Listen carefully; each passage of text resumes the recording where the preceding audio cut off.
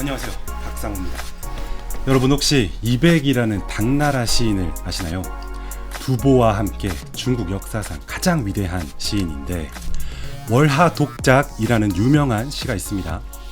달빛 아래서 홀로 술을 마시면서 상념에 빠지는 그런 이야기인데 혼술하면서 고독에 빠지고 싶을 때 읽어보면 정말 좋습니다. 그런데 이 이백만큼 위대한 시인이 조선시대에도 있었다고 합니다. 바로 오늘 다룰 이후백이란 인물인데 이름부터가 뒤에 태어난 이백 이런 뜻입니다. 시를 짓는 재능이 천재적이고 무엇보다 조선시대 관리 중에서 가장 청렴한 관리였다고 합니다. 요새 세간에 혼탁한 얘기가 너무 많죠. 이번 시간만큼은 이후백 선생의 고결한 정신으로 우리의 마음을 깨끗이 씻어 보겠습니다. 네, 그럼 오늘 말씀 주실 대한민국 최고의 전문가를 소개하겠습니다. 심경호 고려대학교 명예교수님 모시겠습니다. 어서 오세요. 반갑습니다. 안녕하세요. 예, 처음 만나는데 우선 저희 시청자분들께 인사 말씀 한번 부탁드리겠습니다. 이쪽 카메라 보시고 하시면 되겠어요. 안녕하세요. 이렇게 멋있는 프로그램에 불러주셔서 고맙습니다. 오늘 제가 말씀드릴 내용은 선조연간에 관료로서 활동하시고 또 문학적으로도 후대에 많은 영향을 끼쳤던 호는 청년이고요. 이름은 이후백이라는 분에 대해서 말씀드리고자 합니다. 고맙습니다. 야, 너무너무 와주셔서 귀중한 발걸음 해주셔서 감사드리고요. 네. 지금 현재 고려대학교 명예교수님으로 재직 중이신 걸로 아는데 주로 어떤 연구활동을 해오셨는지 포함해서 교수님에 대해서 간단한 자기소개 한번 부탁드려도 괜찮겠습니까? 예. 자기소개를 할 것은 없습니다만 제가 전공하고 있는 것은 한문학입니다. 한문학하면 이제 한문으로 쓰인 문학이다라고 생각하시기 쉬운데 사실은 이제 한문학도 되고 한자로 된 문학도 되고 그래서 예전에 통용으로 말하는 이제 한학이라는 거죠. 말하자면 전통 인문학을 다루고 있습니다. 지금 현재는 이제 명예교수로 있는데요. 명예교수 다행히 학교에서 강의를 할 수 있게끔 해서 아직은 강의를 하고 있습니다. 제 연구 분야는 우리나라의 한문학이다 보니까 자연히 경학이라든가 흔히 얘기해서 철학적인 분야죠. 그 다음에 자학까지 포함해서 이제 경사자집이라고 하는 분야에서 경과 자를 이제 오늘날 철학이라고 말할 수 있는데요. 그런 분야와 사라고 하는 게 이제 사부라는 게 역사책입니다. 사부에 대한 거라든가 그다음에 집이라는 게 우리가 문집이라고 하는데요. 시문을 모은 문집들 이런 것들을 대상으로 하는 문학 연구. 따라서 흔히 얘기해서 문사철을 할 수 없이 다 해야 되는 그러한 전공을 하고 있습니다. 또 당연히 한자 문학이 가지고 있는 특성상 동아시아의 한자 문화권과의 그 비교 연구가 상당히 필요해서 공부할 것은 참 많은데 점점 모르는 것은 더 많아지고 있는 그런 실정입니다. 다만 여러 가지 인문학적인 관심이 다 포함되는 그런 분야이다 보니까 아마 여러분들도 아시겠습니다만은 누구나 다 이 한문에 조금만 아주 기초적인 소양만 가지시면 대단히 할 이야기도 많고 공부할 것도 많은 분야라고 생각이 됩니다. 그 정도 해둘까요? 예, 와. 네. 들으면서 어떤 생각이 들었냐면 저는 한문학과 교수님이라고 해서 우리나라에서 한문을 제일 많이 아시는 교수님인가 했는데 들어보니 역사에 관해서도 엄청난 공부가 되어야만 하겠네요. 들어보니까 한자 공부라는 것 자체가 우리 저 인문학이라고 하는 특징이 비단 그 과거의 고전만이 아니고 현대에도 말하자면은 어떤 사유의 방식이라든가 역사의 맥락이라든가 이런 걸 모르면 문학을 또 이해할 수가 없지 않습니까? 좁은 의미에서 문학을. 그렇죠. 또 반대로 문학을 모르면 역사나 또 사유 방식을 이해할 수가 없기 때문에 문학과 사학과 철학이라고 하는 것이 함께 이렇게 어우러져 있는 게 인문학입니다. 그래서 뭐 우리 저보고 많이 안다고 알 거라고 예상을 하고 말씀하시는데 예. 모르는 게 많은 거죠. 점점 모르는 게 많아지고 있는 분야라고 생각이 됩니다. 아이고, 알겠습니다. 훌륭하신 분일수록 또 겸손한 이런 말씀 꼭 주시더라고요. 아무튼간에 이번에 제가 인터뷰를 준비하면서 교수님을 상당히 원망했습니다. 너무너무 어려워요. 제가 이 이후백 선생이라고 하면은 어렴풋이 들어보긴 했는데 완전히 까먹고 살고 있다가 이분에 대해서 쫙 한번 제가 공부를 해봤는데 너무 어려웠어요. 하지만 그래도 어렴풋이 제가 하나 느꼈던 건 이분이 굉장히 좀 위대하신 분이고 청렴하신 분이고 그런 분이구나 생각해 봤습니다. 그래서 오늘은 시청자분들이 이후백이라는 우리 역사적 인물을 좀 쉽고 재밌게 배울 수 있는 그런 시간을 한번 가져보도록 하겠습니다. 그렇게 하면 괜찮겠죠? 네, 알겠습니다. 자, 이제 본격 대담 시작해 보는데요. 청년 이후백 모르시는 분들 많을 것 같습니다. 짧게 어떻게 설명할 수 있겠습니까? 이 인물에 대해서. 되게 그 선조 초기, 그러니까 이제 임진왜란이 일어나기 전에 한 20여 년 전이죠. 그때 주로 활동을 하면서 여러 가지 이제 정치라든가 문화라든가 또 지방의 관료, 그걸 목민관이라 그러죠. 이런 점에서 탁월한 그런 다른 사람의 모범이 됐던 한 인물이라고 볼 수가 있습니다. 주의할 것은 이제 우리가 이제 근세 이전에 여러 가지 역사적인 인물들은 단순하게 정치가만이 아니고 이분들은 이제 사상가이기도 하고 또 그것을 문학적으로 표현해내야 되던 시기였어요. 그러니까 오늘날같이 문학가라고 하면은 뭐 정치하고 독립되어 있거나 별개거나 이런 의미가 아니라 오히려 문학을 통해서 즉 시를 통해서 문을 통해서 자신의 사상을 담아내야 했는데 이분은 그런 면에서 상당히 성공한 분이다라고 후대 사람들이 평가하고 있는 그런 인물이죠. 그렇구나. 선조 때 활동을 주로 하셨던 관리이시고 또 시를 짓고 근데 우리가 흔히 요즘 세상에서 요즘 시대에서는 시라고 하면 또 문학이라고 별개의 어떤 것이라고 생각하는 경향이 있는데 당시에는 어떤 사상을 전달하고 사상을 공부하는데 시만한 것이 없었다 이런 말씀을 주신 것 같아요. 그래서 최근에 이름만 들어도 어려운 신편, 신역, 청년집에 집필을 마치셨습니다. 청년이 이제 이후백 선생의 호 아니겠습니까? 그러니까 이후백 선생이 남기신 모든 책들을 정리하고 새롭게 엮고 새롭게 번역하신 작업인데 이 어려운 작업 왜 하시게 되셨습니까? 네, 뭐 사실은 청년집이 그 시문이 많은 편은 아니에요. 그리고 조선 후기부터 그리고 또 1960년대에 이분의 그 후손이 정리한 자료들이 있고 그런데 양이 많지가 않습니다. 이것은 우리가 왜 많지가 않냐 하면은 예전에는 대개 그 한 인물이 돌아가시면 본인이 물론 엮을 수도 있지만 대개 돌아가시면 그 이제 가족들이 주로 이제 아드님이나 또는 그 어떤 학파라면 그 학맥에서 그 윗대 분들의 시문들을 모아서 문집을 간행하게 돼 있어요. 근데 이 청년 이분은 상당히 활동적이고 많은 시문을 남겼을 텐데도 자제분이 그 임진왜란 때 의병으로 나갔다가 맏아드님이 작고하셨어요. 순국을 하신 겁니다. 그리고 또 둘째 아드님의 그 아드님인가 그 손자 중에 중요한 분도 우리가 잘 아는 그 이순신 장군의 그 명량해전 때 그 밑에 이제 하위 그 군인으로 나갔다가 역시 전사를 했던 걸로 알고 있어요.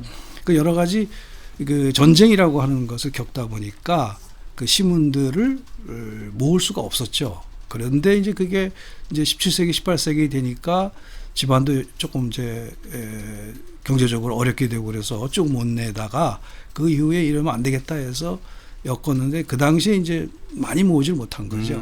그래서 명성에 비해서는 이렇게 뭐 저술이 현재까지 남은 것들이 많지는 않다. 그러나 상당히 중요한 글들이 있다라는 것은 틀림이 없습니다. 네, 제가 아직 책을 못 봐서 책 네. 두께는 어느 정도 됩니까? 뭐 좀 작은 글씨로 하고 해서 예. 이제 주석이 들어가서 600페이지 정도가 되는데요. 예. 뭐 다른 문집들 보면은 뭐 우리가 잘 아는 저술가들 이런 분들에 비하면 아주 적은 것이죠. 편이다. 적은 것이죠. 알겠습니다. 자, 그래서 이분에 대한 말씀을 오늘 나눠볼 건데요. 이후백 선생의 어떤 삶에 대해서 저희가 한번 돌아보죠. 찾아보니까 쉽게 요약하면 이런 분이에요. 어렸을 땐 천재이셨고요. 시도 기가 막히게 지으시고 공부도 잘하셨죠. 당연히 과거에 일찍이 급제하셔서 24년간 조정에서 관직을 맡으셨는데 안 맡으신 게 없으신 것 같아요. 승정원 승지, 이게 약간 지금으로 따지면 대통령 비서실 이런 느낌 아니겠습니까? 거기서부터 이제 사관원 대사관, 함경도 감찰사, 도지사죠. 관찰사죠. 네, 관찰사. 관찰사. 네. 관찰사의 도지사라고 네. 보면 되죠. 네, 네. 형조판서, 이건 뭐 법무부 장관 정도 되겠습니다. 네. 호조판서, 이조판서까지 관직을 정말 많이 맡으셨는데 정승 빼고 다 하신 것 같습니다. 관리로서의 이후백은 어떤 인물이었습니까? 네, 사실 우리가 좀 지금 말씀하신 굉장히 중요한 요직을 지낸 인물인 건 틀림이 없는데요. 이게 어떠한 관직인가 하는 걸 이제 좀 주의 깊게 볼 필요가 있고요. 예. 또 사실은 또 여기에 오늘날 보기에는 큰 직책은 아니지만 근대 이전의 우리 조선시대 역사에서 볼 때 굉장히 중요한 관직이 몇 있습니다. 그것들도 같이 말씀을 드리면 이렇습니다. 예. 우선 사관원, 대사관과 형조판서라고 하는 것들은 추천에 의해서 되다시피 했는데요. 이게 대사관 하면은 이제 아다시피 이제 감찰이라든가 또는 검찰이라든가 이런 직들을 겸한다고 볼 수가 있죠. 그래서 상당히 강직한 분이 아니면은 하기 어렵다는 것이고, 형조판서도 마찬가지로 형법을 다스려야 되기 때문에 공정성이 요구되는 그런 것이다 하는 것이죠. 그다음에 이조판서라는 거, 호조판서는 뭐 아시다시피 이제 우리나라의 국정을 다스리는 직접적인 그런 상위 계층이지 않습니까? 더군다나 예. 이조판서는 그 관료들을 임명하고 그럴 때 선발할 때 결정권이 있죠. 인사 문제. 여기서 굉장히 공정했다라고 하는 것이, 이것은 본인이 남긴 기록에 있는 것이 아니라 그 당시에 이제 같이 활동했던 전라도 학자 중에 유명한 미암 유희춘이라는 분이 있어요. 예. 그분의 일기라든가 또는 이제 율곡이 하면 다 아시지 않습니까? 율곡이게. 예, 율곡이의 일기 속에 이 청년 이후백이라는 사람이 상당히 공정했다라고 하는 것을 누누이 얘기하고 있다는 것이죠. 또 예전에 우리가 조선왕조실록을 보면 어떤 부분에는 한 인물에 대한 평가를 괄호 속에 집어넣어요. 그게 우리가 왕조실록 하면 어떤 역사 기록만을 이렇게 굉장히 적는 것처럼 생각하기 드라이하게 쉬운데, 건조하게. 예, 그렇지는 않고 예. 그 사람의 말과 행동을 기록한 다음에 괄호 속에다 그 인물에 대한 평가가 있습니다. 어떻게 되어 있습니까? 이후백 선생. 네, 거기서 보면 공통적인 것이 상당히 공정하다는 것이죠. 공정하다. 네, 이거는 상당히 이 사람을 그 당대 동시대의 사람들이 굉장히 높이 평가했다는 말이죠. 그래서 상당히 이런 것들은 믿을 수 있는 평가가 아닌가 이런 생각이 되고, 또 실제 남긴 구체적인 행적들 이런 것들의 자료는 아까 말씀드린 것처럼 임진왜란 때 이제 많이 없어졌기 때문에 그걸 수습할 수 없지만은 이제 신문을 통해서 우리가 그것을 추정할 수가 있는 거죠. 말하자면 어떤 분들과 교류를 했는가. 이건 이제 서구에서도 이제 커뮤니케이션 이론이라고 해서 최근에 이제 그런 것들을 많이 연구하고 있어요. 한 인물이라는 고립적이고 독립적인 인물이 아니고, 그렇죠. 누구나 다 우리는 이 개별성에 이렇게 갇혀 있는 게 아니거든요. 교류하면서. 그렇죠, 사람들과. 근데 이 사람들과 어떤 인물들과 주고받았고, 그들과 주고받은 대화가 뭐고, 어떤 학문적인 교류를 했는가, 정치적인 어떤 담론이 있었는가, 이런 것들이 중요하지 않습니까? 근데 이분은 상당히 흠잡을 데가 없다는 것이, 이거는 뒷사람들도 얘기하고 있고, 이것은 사실인 것 같고요. 그 다음에 또 하나는 중요한 것이 이제 함경도 이제 관찰사. 아까 도지사라고 말씀을 하셨는데, 예. 저도 저 어렸을 때는 몰랐는데 이 함경도 관찰사가 매우 중요한 관직이에요. 우리가 생각할 때 오늘날과 좀 달라서 관찰사라고 하는 경우는 반은 사실은 좌천 경우가 많아요. 예, 높은 관직이라고 생각하기 쉬운데 상당히 그 중앙에 있지 않고 지방으로 내몰린다는 관점도 있거든요. 약간 변방이고 국경이기도 하고. 그런데 함경도 관찰사의 경우는 특수한 것이 아시다시피 우리가 두만강이라고 하는 걸 가지고 중국이라든가 또는 그 넘어서면 뭐 오늘날의 러시아 뭐 소련이라고 하는 지역과도 국경을 맞대고 있는 지역이잖아요. 그렇죠. 그리고 그 세종연간까지도 여기 여진족이 잡거를 했어요. 말하자면 국경이 명확하지 않았어요. 그래서 조선 초에는 그 태조 이성계부터 특히 또 세종의 육진개척 김정수를 통해서 그 다음에 정조 때도 이 함경도 관찰사를 내보낼 때는 굉장히 어떤 그 실천력이 있는 사람, 그 변방의 여러 가지 그 이민족들과의 그 잡거 지역에서 그 말썽들을 조정하고 그다음에 거기에 소외된 그 여러 우리 백성들 이 사람들 다스릴 만한 인물을 관찰사로 내보냈던 거죠. 실력 있는 사람을. 그렇습니다. 그래서 저는 이 함경도 관찰사에 대해서 우리가 평안도 관찰사하고 또 좀 다른 의미에서 이거 상당히 중시해야 된다. 그런데 거기에 나가서 굉장히 중요한 일을 했다는 것이 후대까지 언급이 되고 있으니까 조금 아마 뒤에 다시 말씀드릴 기회가 있을 것 같습니다만은 아마 이런 그 관직들이 우리가 생각하는 현대 관점과는 다르게 직급으로 볼 것이 아니라 그 맡은 일의 그 위상, 가치, 그다음에 실천성 이런 것들을 좀 함께 봐야 되겠다는 겁니다. 또 한 가지는 여기 언급이 안 돼 있지만 사실은 이분이 그 과거에 급제한 건 맞는데 상당히 늦게 급제했어요. 그렇습니까? 그래서 어떻게 생각하면은 뛰어난 천재들은 20대 과거에 문과라고 하는데 급제를 하고 늦어도 30대를 하는데 이분들이 굉장히 늦게 했어요. 그런데 문제는 그 과거에 급제하고 나서 바로 그 지제교라고 하는 직함을 가졌다. 지제교라고 하는 것은 요건 이제 지자라는 게 그 우리가 지식할 때 지자를 쓰지만 거기 맞다라는 뜻이 있어요. 제교, 즉 교라는 건 임금의 이제 교소, 임금의 명령서를 제작하는 일을 맡은 관직이죠. 요걸 그 세 글자밖에 없는 그래서 삼자함이라고 그러는데 매우 중요한 직함이에요. 이것은 문장이 뛰어날 뿐만 아니라 이 국왕의 그 의중을 정확하게 전달을 해야 되고 그 이 사상과 학문이나 인품이나 이런 면에서 그 당대 그 어떤 그 상당한 인정을 받는 젊은이가 아니면은 그 안 되거든요. 지제교. 네, 그래서 지제교를 했어요. 그 다음에 이 여러 그 뭐 형조판서, 호조판서, 이조판서를 하면서도 이분이 한 게 뭐냐면 예문관 제학이라고 하는 걸 겸직을 했어요. 예문관이라는 건 이제 관각문인이라 그래서 주로 국왕에 가까이 있으면서 국가적으로 필요한 문서들, 말하자면 그것은 이제 왕의 명령서도 있고요. 또 이제 국정을 처리할 때 필요한 문서도 있겠습니다만 외교적으로 보면은 그 당시 중국이나 또 일본이나 이런 그 외교적인 문서들을 사실상 그 작성하는 그런 역할을 하는 직함이거든요. 물론 그 제교 위에 그 대제학이 있습니다만은 대제학은 최고직이고 상당히 대제학을 해야지만 조선시대에는 그 학문과 문장이 뛰어난 것을 인정을 받는데 여기 대제학까지는 못 갔어요. 그게 대제학으로 가실 수 있었는데 아마 이제 호조판서를 하면서 병사를 하게 되는데 그것이 이제 안타깝게도 그래서 실록이나 아까 그 여러 그 주변에 있는 사람들도 본인의 기록들 속에 뭐라 하냐면 이분은 충분히 대제학이 될 뿐인데 안타깝다라는 말을 남기고 있거든요. 그래서 보통 칭송이 아니에요. 그래서 우리가 생각할 때 현재는 이제 글과 정치, 사상 이런 것들이 꼭 일치하지 않는 그런 어떤 분업화 시대이기도 하고 좋은 말로 하면 아니면은 분리된 이런 그 전문화의 시대이지만 아까 말씀드린 것처럼 이 근대 이전의 세계 우리나라뿐이 아니고 일본도 그렇고 중국도 그렇습니다만 글의 힘이 굉장히 컸던 시대입니다. 이것을 소구적인 그 관점에서 말하자면 메아리가 있는 글들이죠. 지금 우리의 글들이라는 건 되게 메아리가 없이 그냥 그 질러대는 글과 같은 것들이 많지 않습니까? 맞습니다. 그런데 이 시대에는 글이라고 하는 것이 곧 힘이거든요.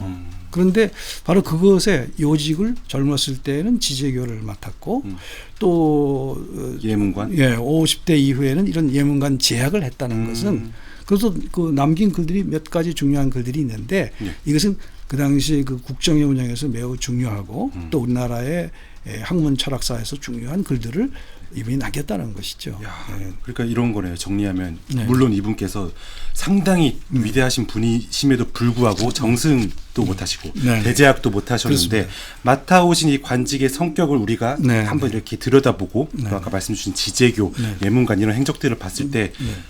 보통 분은 아니다. 네. 굉장히 훌륭하신 관리로서도 그렇습니다. 그런 분인데 후대에서는 이분을 네네. 청렴한 네네. 어떤 관리의 상징으로서 많이 보더라고요. 네네. 그래서 아까 방금 말씀하신 어떤 관리로서의 어떤 그런 능력들도 네. 당연히 출중한데 네. 이분이 도대체 어떤 삶을 살아왔길래 네네.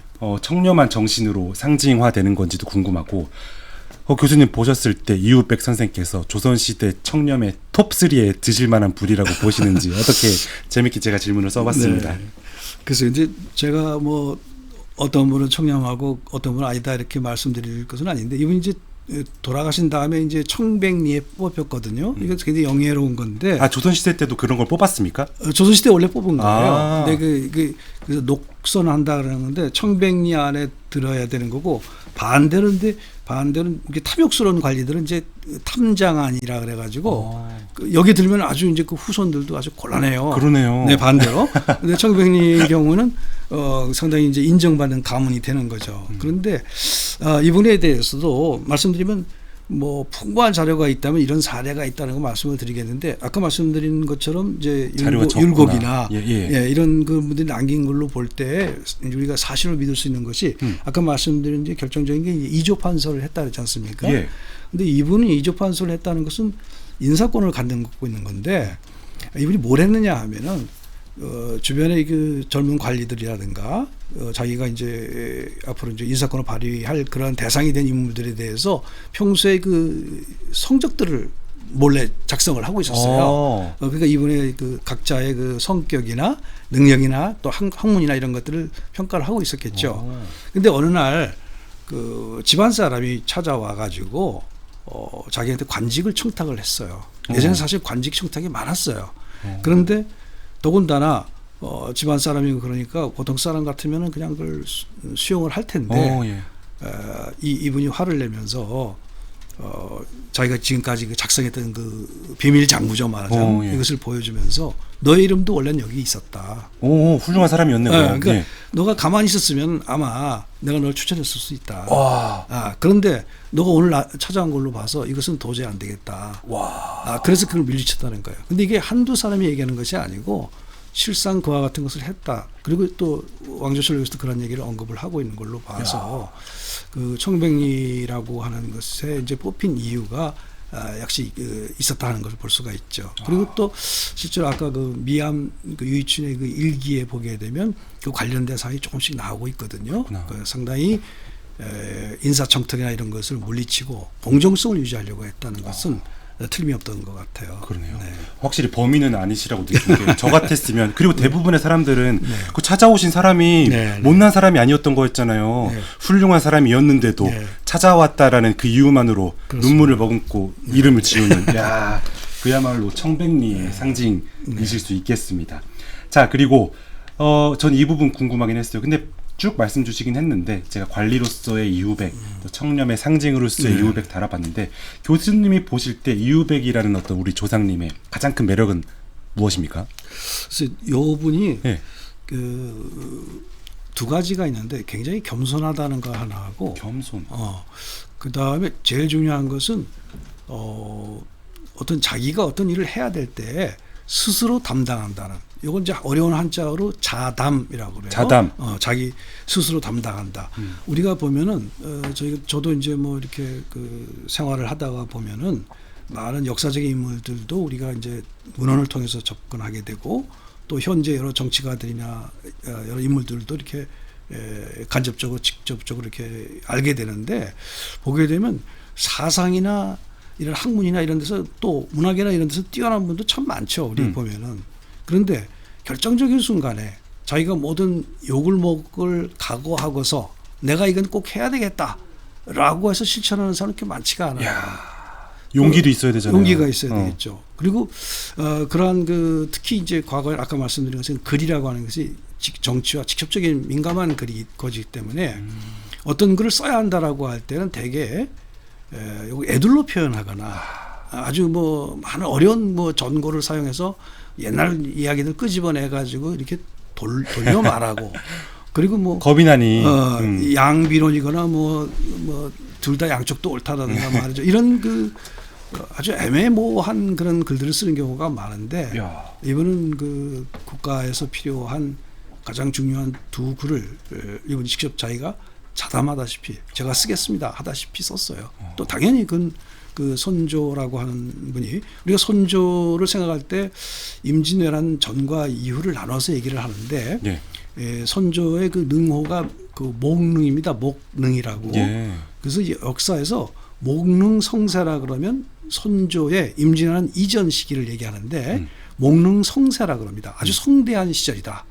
왜냐하면 그 당시에 뭐 아까 말씀드린 퇴계나 율곡이나 이런 거 아주 높은 학자들도 계셨고 또 그 유이춘과 같은 이런 아주 청렴하고 훌륭한 학자, 뭐 청년하고 같은 버금가는 그러한 학자들도 있었고 관료들도 있었고 말이죠. 그래서 그 시대에 가장 화려한 시기였어요. 그랬구나. 네, 허균도 그때 성장을 한 거였고, 그래서 모든 우리 사실 문화에 가장 꽃을 피울 수 있을 만한 인물들이 각 분야에서 있었던 시기거든요.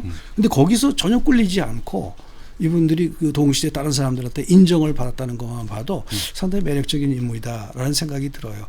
다만 우리가 생각할 때 제가 과거 인물을 다룬다 그래서 어떤 인물을 결코 제가 우상하지 않습니다. 어떤 인물도 다 완성된 인물은 없어요. 다 어떤 실천적인 면에서 결함이 있고 또는 뭐 결과론적으로 봐서 또 이제 지탄을 받아야 될 경우도 상당히 많기 때문에 제가 높은 평가를 하지 않아요. 그런데 이분에 대해서도 뭐 어떤 그 평가를 한다기보다도 아까 자담이라는 것, 자기가 어떤 그 역사의 한 에포크가 되는 시기, 또 문화적으로 하는 중요한 시기에 다른 분들은 좀 몸을 사리고 이 글을 썼을 때 결국 이 정치적인 글을 전부 다 해석될 이런 글을 썼을 때에는 나도 그 지탄을 받지만 내 가문, 내 집안도 다 어려움 겪지 않을까 피해를 보니 그런 거 있지 않겠어요? 그런데 그거를 물리치고 스스로 자담했다. 이거는 오늘날의 정치가들이나 모든 우리가 지식인들도 생각해야 될 점이라고 생각을 해요. 네, 그래서 우리 개인적으로 이분이 뭐 완성형의 인간이라고는 보지 않지만 성인이나 이런 걸로 보지는 않지만 그 시대를 살아가는데 굉장히 충실했던 인물이다. 그래서 매력을 느낀다는 것이죠. 막 실천적 지식인이라고 네, 해야 될까요? 그렇습니다. 그런 단어들을 떠올리고 네, 그래서 네. 저희 사실 사람들한테는 이제 청렴 그리고 어떤 관리로서 네. 주목받았는데 또 교수님께서 말씀 주신 이 겸손과 네. 자담 네, 네. 이런 덕목들은 제가 공부를 했는데도 못 봤던 부분들인데 정말로 굉장히 뭐랄까 저희가 주목해서 봐야 되는 예. 부분 같습니다. 자, 그리고 어떤 사람을 우리가 알아볼 때 에피소드만큼 뭐랄까 그 사람을 잘 전달해주는 도구가 없지 않습니까? 예. 그 에피소드들이 많진 않은데 제가 개인적으로 제일 재밌었던 건 탑반송이라는 네. 에피소드가 있더라고요. 네. 뭡니까? 어렸을 때 이야기 같더라고요. 뭐 8살 때 지었다고 그러는 거죠. 근데 이제 그 반송이라는 게 이렇게 소나무지 않습니까? 이제 탑의 형태로 됐던 모양이죠. 근데 이게 그것이 어떤 묘사를 한 억구 속에 아주 그 높은 기상, 어떤 모든 것에 이게 구질구질하지 않고 말이죠. 아주 이렇게 깨끗한 그 자기의 인격을 담았다는 거죠. 8살이. 예. 근데 우리나라의 시들에 보면 이걸 동몽시라 그래. 동몽이라는 게 이제 아주 어린 아이들을 동몽이라고 하거든요. 그래서 과거의 천재라고 하는 사람들은 동몽시를 다 남겼어요. 그래서 저는 사실 믿지는 않습니다. 그 뭐 다 후대 혹시 좀 고치지 않았을까? 약간 미화되고 이렇게 되는 그런 것도 있기 때문에 안 믿는데 다만 요분이 요 탑방송 이외에 10대 초반에 이 소상팔경을 빗대어서 이제 전라도 지역에 이 경치를 8개로 나누어 가지고 거기 가탁한 시를 남긴 게 있는데 요것은 한글로 처음에 지었는지 한시로 지었는지 알 수가 없으나 아주 진작에 서울에 알려져 가지고 사실은 우리 국문학사에서도 중요하게 다뤄지거든요. 근데 이것을 보게 되면 이분은 정말로 그 언어의 그 감각이 있었다 이런 생각이 들어요. 저는 그래서 이 8살 때 지었다는 것은 꼭 믿지는 않지만 예. 8살쯤에는 충분히 시를 지을 수 있었다라고 생각이 돼요. 하나의 그 예전에 조선 시대라고 하는 걸 우리가 뭐 완전하게 알 수는 없지만 예. 한 가지 특징은 시를 지을 수 있느냐 없느냐가 크게 이제 그 사람을 평가하는 기준이었어요. 근데 오늘날의 시하고는 다르죠. 왜 그러냐면 이게 한문으로 된 시인데 아시다시피 이제 한문은 서양에도 있듯이 그 라임이 들어가야 돼요. 라임 그렇죠. 예. 근데 그 아분을 맞추려면 대개 이제 한자가 일상적으로 사용되는 범위가 최대 만천자까지는 알아야 되거든요. 만천자 정도. 그런 그 만천자가 시를 지으려면 106개로 그 음이 분류가 돼야 돼요. 아하. 머릿속에서. 그러면 그 만자를 갖다가 그렇게 분류한다는 게 보통 어려운 게 아니거든요. 그렇죠. 그런데 이것을 예전 분들은 그것을 반복적 훈련과 암기를 통해서 공부를 하게 되는데 대개 7살, 8살쯤 되면은 간단한 시를 지을 수 있어야 돼요. 이제 그렇게 되지 않으면 지진아가 돼요, 사실. 아, 그렇구나. 아유, 이건 좀 불행한 일인데 저도 과거에 태어나지 않아서 다행이라고 생각을 하는데 예. 그래 놓고 되게 15세는 결혼을 하게 되는데 반드시 서로 이제 그 여성하고 또 그때부터 결혼 생활을 시작하는 게 아니고 예. 1년 떨어져 가지는 경우가 많아요. 여성은 16살 경우가 많고 한 살 많습니다. 그럼 여성들에게는 사실 이런 그 한시를 공부할 기회를 안 주는 거예요. 뭐냐면 가정을 다스리는 교육. 말하자면 여러 가지 집안일의 그 일들을 해야 되는 가사의 여러 가지 일들도 배우고 또 중요한 것은 예전에 그 노비 사회이지 않습니까? 예. 그러니까 노비 같은 거를 다스려야 되고 하녀도 다스리고 하는 그 인격적인 그 훈련을 많이 받아요. 그 여성들의 그 사대부 여성들이 굉장히 카리스마가 있지 않습니까? 옛날에 그렇죠. 연속극 하는데 봐도 예. 사실이라고 생각이 돼요. 그래서 그런 것을 오히려 치중해서 배우다 보니까 이런 뭐 저 만천자를 외워갖고 뭐 시를 짓고 하는 이런 것들을 안 한단 말이에요. 그런데 남자들의 경우는 예. 문제는 뭐냐면 과거를 통하지 않고서는 관직에 나갈 수가 없다. 그리고 이 관직에 나가지 않고는 오늘날 같이 뭐 여러 그 직업들이 다양하게 있는 게 아니기 때문에 거의 다 관료가 돼야 되거든요. 관리가 못하면 농민이거나 상인이거나 그렇게 둘 중에 되겠죠. 하나죠. 예. 그런데 이제 집안이 그렇다면 이제 몇 대 내려가게 되면 아무래도 이제 그 격이 떨어진다 그래서 여러 가지 불이익을 당한단 말이에요. 그렇죠. 또 세금도 많이 내야 되고. 그렇죠. 그러니까 이 관료가 되기 위해서는 1차적으로 과제, 과거를 봐야 되는데 과거에서 제일 중요한 게 시를 짓는 거예요. 그렇구나. 여러 가지 양식들이 있지만 결국은 시를 지어야 돼요. 근데 그 시를 지으려면 아까 말씀드린 라임을 알아야 돼요. 만천자를 알고 네. 라임을 또 알고. 라임을 알아야 돼요. 야, 보통 일이 근데 저는 뭐 우리나라만 그런 줄 알았는데 제가 레이디 가가를 좋아하는데 그러십니까? 레이디 가가의 그 노래도 보면 그 노래가 있잖아요. 제가 그 당신을 사랑하는 그 마음을 표현하고 싶은데 그 나는 그 라임을 붙일 줄 몰라서 얼마나 답답할까. 내가 이 노래가 될지 모르겠다 그런 가사가 있어요. 그렇죠. 예. 그걸 보면서 서양도 마찬가지로 뭐 셰익스피어도 다 그렇습니다만은 현대에도 상당히 그 라임이라는 게 중요하거든요. 우리가 몰라서 그렇지. 근데 그 예전에 그 한시라고 하는 영역은 정말로 그 라임을 모르면 안 된다 이거죠. 그래서 예. 그 국왕들도 뭐 세자 시절에 먼저 배우는 거는 말로는 뭐 여러 가지 그 국왕으로서의 자질을 또는 이런 걸 배운다. 이런 것은 인격적인 걸 공부한다 그러지만 네. 기본적으로 신하들에게 꿀리지 않으려면 시를 지어야 돼요. 그래서 필하게 훈련을 하는 겁니다. 그렇구나. 그래서 이 8살 때 지었다는 것은 어떻게 말하자면 상당히 보통의 시를 지었다고 볼 수도 있는데 문제는 이 시가 담고 있는 기상이 단순하게 글자를 조합하는 것이 아니고 높은 자기의 정신 세계를 드러냈다는 거죠. 이것도 요새 아이들도 보면은 왜 굉장히 여러 가지 잘 성장한 아이들은 보면은 말을 잘해서가 아니라 그 말 속에 어떤 그 의미를 갖다가 기상 같은 기계 것을. 이런 것들이 잘 담겨져 있는 그런 것들. 그래서 바로 이분이 그런 면에서는 인정을 받았다 이렇게 생각이 됩니다. 예.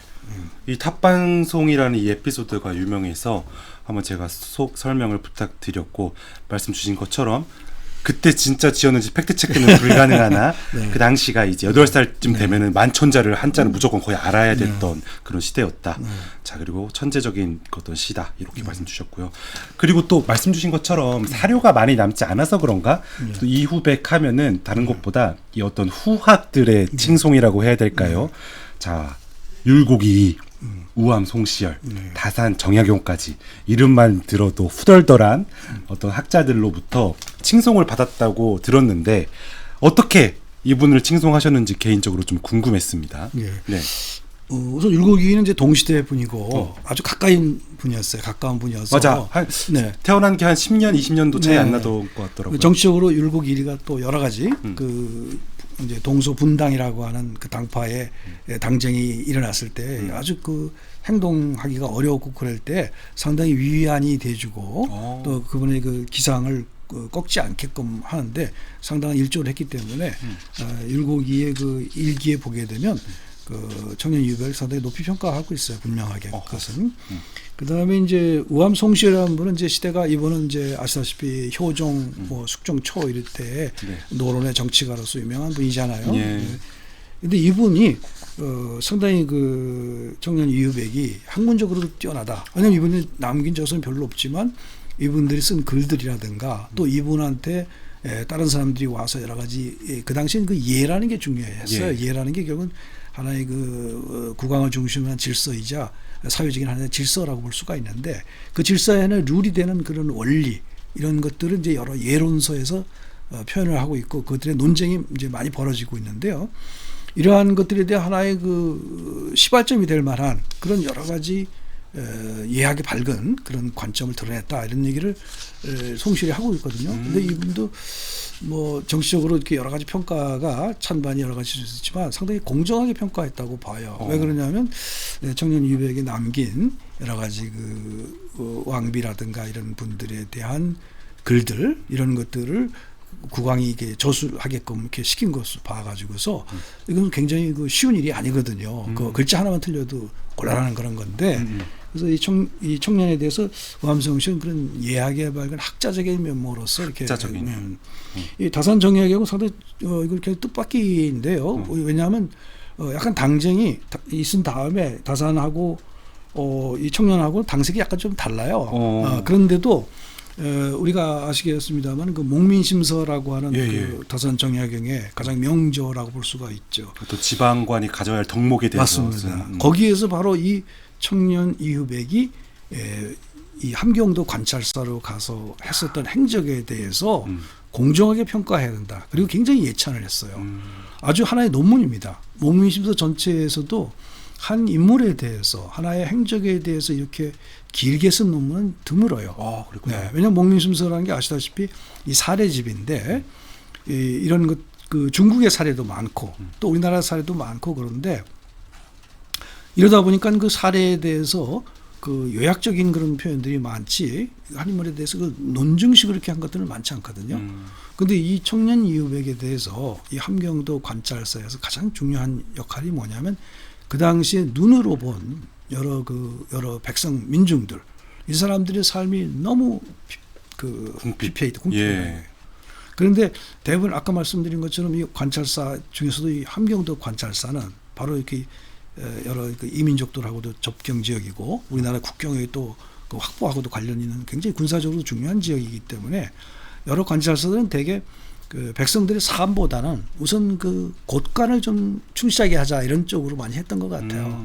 그런데 이분은 그게 아니라 지금 당장 그 굶어 죽는 이 사람들에 대해서 굶주려서 황달병이 있는 이 사람들을 놔줄 수가 없다는 거죠. 그래서 이 세금을 많이 걷어들인 것보다도 이 사람들에 더 혜택이 더 많이 들어가는 정책을 했다는 많이 베푸셨구나. 그렇습니다. 그래서 이것 때문에 이제 문제가 되는 거죠. 그 당시에 이렇게 그 어떤 뭐랄까 좀 더 장구한 그런 어떤 관점을 갖지 않고 미래의 관점을 갖지 않고 눈앞에서 어떤 혜택을 베풀어 주는 것을 맥도라고 했어요. 맥이라는 게 이제 오랑캐 맥자인데 그 오랑캐들이 쓰는 도다. 오늘 말하자면 포퓰리즘 같은 걸 볼 수가 있어요. 그렇구나. 맥도 포퓰리즘. 그래서 뭐 직역할 수는 없겠지만 당장 베풀고 이런 것들. 당장 베푸는 것들. 그래서 그런 그 좋지 않게 보는 수도 있겠지 않습니까? 그럴 수도 그런데 있죠. 네. 다산 정약은 여기 함경도의 그 위상이 아까 말씀드린 것처럼 굉장히 다른 것이고 특성이. 네, 그리고 거기에는 너무나 많은 이제까지 착취되어 온 사람들이 많았다. 그런데 그것을 눈앞에 보는 것을 행정을 하지 않고 미래를 위한 행정을 한다 그러면서 곳간에 채워놔서 무슨 소용이 있냐는 거고. 근데 이 관찰사를 하면서 이 사람이 미래까지 생각하지 않았을 리는 없다는 거가 전제가 깔려 있죠, 당연히. 그다음에 두 번째는 많은 사람들이 이걸 맥도다라고 이걸 포퓰리즘이다라고 욕하는 사람들을 대개 보면은 자기 자신은 결국은 지방간이 돼가지고 베푸는 행정을 한 적이 없다 이거예요. 대부분의 그러한 뭐 미래를 본다. 그래서 곡간을 튼튼히 한다 그러면서 결국은 자기 사리사욕, 자기가 빼돌리려고 하는 착취하려고 하는 걸로 이용을 했는데 이 사람은 그렇다고 실제적인 정책을 했다. 그러니까 이것을 공정하게 봐야 된다. 그래서 아주 장문을 썼어요. 네, 저는 이게 다산 선생이 상당히 옳게 봤다고 봐요. 뭐 개인적으로는 사실은 아까 한문학을 제가 하면서 여러 뭐 문헌들을 다루고 있습니다만 가장 훌륭한 문헌은 사실 목민심서라고 생각해요. 저는 어렸을 때도 한문을 읽을 때 목민심서를 이렇게 읽다 보면 눈물이 나요. 그런가요? 네, 감동이 좀 감동이에요. 네. 왜 그러면 굉장히 실질적인 정치들을 얘기하는 거거든요. 그 중에는 여러 가지 장구한 뭐 계책이다라고 하면서 전혀 사실은 사리사욕을 하는 그 사람들이 너무 많다는 거예요. 이거에 대한 응징이거든요. 그 징계고. 그리고 또 뭐 오늘날도 해당되는지 모르겠습니다만 지방에 관에 나가는 거 보면 괜히 이걸 뭐 좌천됐다라고 하느니 자기는 뭐 중앙에서 있어야 되는데 어제 밀려났다는 신세 한탄하면서 그러면 얼른 지방 가가지고 거기 원래 3년 동안 있게 돼 있는데 그거 채운 사람이 없다 이거예요. 그런데 그런 실제적인 업무도 하지 않고 거기 백성들을 위한 삶에 대해서도 눈을 돌리지 않고 자기의 사리사욕만 채우고 그것도 빨리 그냥 중앙으로 복귀할 것만 생각하는 이런 사람들과 달리 이 사람 욕먹을 각오를 하지 않았냐 이거예요. 우리 저는 다산이 거기 본 것도 아까 자담이라고 하는 말하고 통하는데 모든 관리들이 글로 써야 뭐 인정을 베풀라 뭐 효제 충신을 하나 다 배우고 그러지만 그게 글로 배우는 게 중요한 게 아니라 실천을 해야죠. 실천이라는 거죠. 그런데 네. 이 사람은 겸손하게 그런 말도 하지도 않았는데 갈 때마다 그런 걸 했지 않냐. 그래서 저는 이 세 분이 다 다른 각도에서 보고 있는데 어떤 공통점은 있다고 봐요. 다르지만 그렇죠. 뭐죠? 공통점. 이게 뭐냐면 우리가 생각할 때 이 관료로서 결국은 자기 직무에 충실하라는 거거든요. 네. 우리가 근데 우리 관료 제도가 나쁜 게 아니라 문제는 거기에 충실한 사람을 얻지 못해서거든요.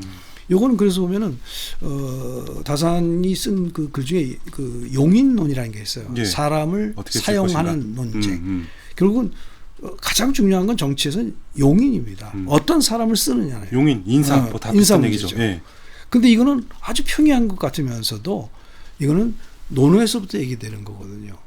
올바른 사람을 우리가 아는 것, 지인, 이 사람이 적절한 인물인가 아닌가를 알고 그러면 그 사람의 적절한 임무를 맡겨야 되고 그럼 그 사람은 자기가 자담해서 그거를 실천적으로 해나간다면 우리가 사실 어떤 정치 형태가 되더라도 그렇게 좋을 텐데. 네, 나쁜 방향으로 갈 리가 없다는 거예요. 근데 제도가 나쁘다고 맨날 평가하면서 사실은 자기가 그 관직에 대해서 아무도 실천하지 않는다는 거예요. 맞습니다. 그래서 목민심서가 왜 그렇게 우리 그 한문학 전체 우리 사상사에 중요한가 하면 굉장히 평이한 것 같아도 실천성이라고 하는 거.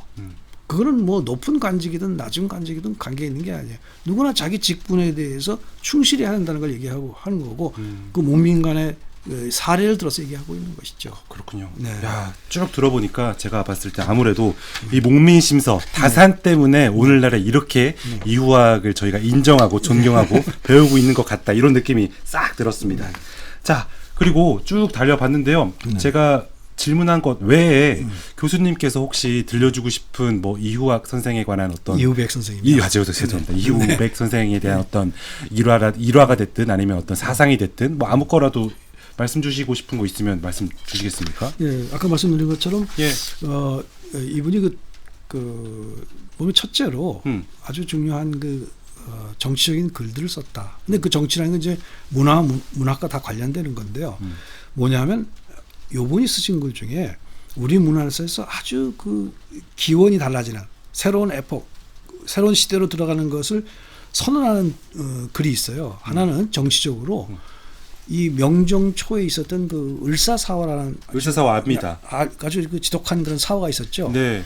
그래서 그 여파가 계속 그게 대윤소윤 싸움 아닌가요? 맞습니다. 예. 그게 이제 선조 영광까지도 해결이 안 됐어요. 우리나라에도 있는데 얼마 전에 그 대윤 소윤. 아, 있었습니까? 죄송합니다. 그래서 사실은 거기에 속한 분들 개개인에 대해서 우리가 평가하는 건 여러 가지 여지가 있겠고 예. 우리가 그건 알 수가 없습니다만 문제는 그렇게 많은 살상이 일어났고 정치적으로 우리를 굉장히 후퇴시킨 그런 거에 대해서 어떤 간에 평가를 내려야 되거든요. 단안을 내려서 이것이 어떤 면에서는 잘못됐고 어떤 것은 이런 것은 개선할 수 있는 면이 있으면 혹시라도 예. 이런 이런 것은 인정을 해줘야 된단 말이에요. 또는 거기에서 억울하게 그 소외된 사람도 있을 거란 말이죠. 근데 이러한 글들에 대해서 이 선조가 굉장히 고심을 하고 있을 때 바로 청년을 부르는 겁니다. 그 뭐냐면 그것이 바로 을사사화 때 그 남을 살육함으로써 뭐 그분의 그 뭐 정치적이거나 가족 상황은 제가 알 수가 없는데 예. 그 뭐 그것도 중요한 문제가 아니라고 생각이 되는데 문제는 그 정치 행동을 통해서 이익을 보고 공신이 된 사람들이 있어요. 우리나라에 이제 보면은 공신들이 이제 여기 여러 가지 정치 때마다 이제 공신들이 나오거든요. 근데 그 공신들은 올바른 게 아니다라고 하는 걸 규정을 해줘야 되거든요. 새로운 시대가 되기 위해서. 그렇죠. 그게 이제 sak훈이라고 합니다. 삭자는 이제 삭제한다. 훈은 그 훈공, 공훈을 갖다가 역사 기록에서 이제 빼줘야 되는 거죠. sak훈이라는 거. 위훈이라고도 하지 않나요? 그 위훈을 이제 삭제하는 거죠. 그렇죠. 그러니까 삭위훈이 되는 거죠. 그 훈이 가짜이기 때문에 위훈이라는 겁니다. 근데 사실은 남을 해치면서까지 그리고 정당한 그 이념이나 정당한 방법이 아닌 상태에서 남을 해쳤었다면 그거는 공신이라고 할 수가 없는 거거든요. 잘못된 거죠. 잘못된 거죠. 예. 그러면 그것에 대해서 어떻든 평가를 내려줘야 되는데 선조가 이게 제일 정치적으로 선조 초에 걸렸던 문제예요.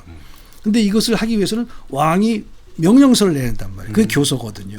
그럼 교서는 왕이 직접 쓰는 것이 아니라 아까 말씀드린 그 지지교라든가 제학이라든가 이런 분들이 써야 되는데 사실 아무도 쓰려고 하지 않았어요. 어떤 분은 썼는데 보니까 마음에 안 들어. 아무래도 제 생각에는 그분이 글을 못 써서 그런 것이 아니라 본인에게 올 이런 그 정치적인 피해나 후대 이런 것들에 대해서 자신이 없었을 수도 있겠죠. 그럴 수 있죠. 그런 경우가 상당히 많습니다. 삼전도비를 써야 될 때 이것을 일부러 글을 잘 쓰는 분이 엉터리를 쓴다든가 채택이 안 되게 이런 경우도 있거든요. 근데 이 청년 유병은 놀랍게도 결국은 본인이 썼어요. 근데 그 쓴 것이 아주 명문입니다. 이제 이 교서가 문체가 우리가 한문이 좀 어려운 것이 한문에 관심 있는 분들에게도 제가 여기서 좀 멀리하게끔 만든 얘기가 될지 모르겠는데 아닙니다. 한문 중에서 가장 어려운 게 변문이라고 해서 단순하게 그 뭐 아분이라든가 이런 것이 아니고 평칙이라고 해서 산문인데도 그 구 안에 평칙의 그런 리듬을 맞추는 아주 어려운 문장이 있어요. 듣기만 해도 어렵습니다. 보통은 4글자, 6글자 이렇게 가가지고 4466이라서 사령문이라고도 하는데 이게 외교문서와 국왕의 교서에서는 아주 중요한 문장이에요. 그래서 다산 정약용 같은 경우도 이런 문체를 가지고 일반적인 그런 지식인들까지 다 사용하는 것은 반대했지만 이것에 대해서 훈련에 대해서는 아주 중요하다는 걸 인정을 했거든요. 그야말로 최고의 천재들, 최고의 지식인들만 할 수 있는 그렇죠. 그 수준의 뭐 최고의 천재라기보다도 아무튼 굉장한 훈련을 겪은 사람들. 그렇죠. 심지어는 그런 거를 하루 쓰고 나면 머리가 하얗게 된다고 그래요. 그러니까 그 어려운 거를 가지고 사실 우리가 중국이나 이런 때 외교에서도 그런 문을 썼기 때문에 우리를 무시하지 않은 거거든요. 문화적인 그 위치를. 그렇죠. 이건 뭐 죄송하지만 일본 같은 경우는 그런 걸 쓰는 사람이 적었어요. 그렇구나. 네. 우리는 과거를 통해서 공부를 다 해야 됐기 때문에. 근데 바로 이 교서가 바로 그러한 그 변문이라는 그 문체상으로 어려운데 오히려 문체상으로 그렇게 써서 명확하게 그 표현하는 것도 있거든요. 이것은 시시비비를 명확하게 가질 수가 있어요. 거기에 아름다운 문구를 하지 않고 짝을 대는 글들을 써가지고 그래서 그런 구조를 잘 교묘하게 이용을 해서 어떤 사람에 대해서는 아주 죄가를 묻고 어떤 사람에 대해서는 애매한 사람에 대해서는 그 사람을 인정해주고 그 어떤 그 억울함을 풀어주고 말이죠. 그래서 과감하게 했어요. 그러네. 저는 이렇게는 웬만한 그 문장가들이 쓰기 어렵다고 생각이 돼요. 재밌다. 오늘날도 정치가들도 그렇게 말하기는 어려울 거예요. 되게 두루뭉술로 넘어가지 그렇게 못하거든요. 약간 그런 거죠. 다들 자기 손에 피 묻히고 싶지 않을 때 딱 나타나서 그래 내가 쓴다고서 하지만 또 수준이 최고 수준의 어떤 지성을 그렇습니다. 가진 학자가 쓰셨으니 놀라지 않을 수가 그렇습니다. 없다. 상당히 그래서 어떻게 말하면 아까 그 선조 초기의 그런 그 문화를 목능성세라고 했는데 이것이 이루어지게 된 것은 단순하게 무슨 뭐 학자라든가 글 좋은 잘 쓰는 사람들이 모여서 했다는 얘기가 아니라 정치적인 안정을 어느 정도 가져왔고 그리고 공정성이라고 하는 것이 이제 그 논의가 되기 시작했다는 거거든요. 네. 근데 그 시발점을 될 글을 이분이 썼다는 거죠. 야.